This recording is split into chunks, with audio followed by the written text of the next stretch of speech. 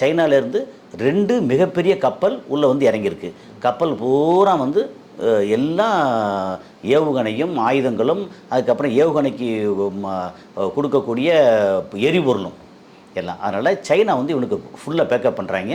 அதுபோக ரஷ்யா வந்து intelligence backup, எந்தெந்த இடத்துல யார் யார் இருக்கா, எந்தெந்த இடத்துல இவங்களுடைய அந்த தளங்கள் இருக்குது, அதில் என்னென்ன முக்கியமான இடங்கள் இருக்குன்னு எல்லாம் வந்து மொத்தத்துக்கு வந்து துல்லியமாக சொல்லி அதை பார்த்து அடித்து இவனுடைய ஏகப்பட்ட தாட் சிஸ்டம், பேட்ரியாட் சிஸ்டம், அப்புறம் அயன்டோம் சிஸ்டம் எல்லாத்தையும் அடிச்சிட்டாங்க ஈரான்.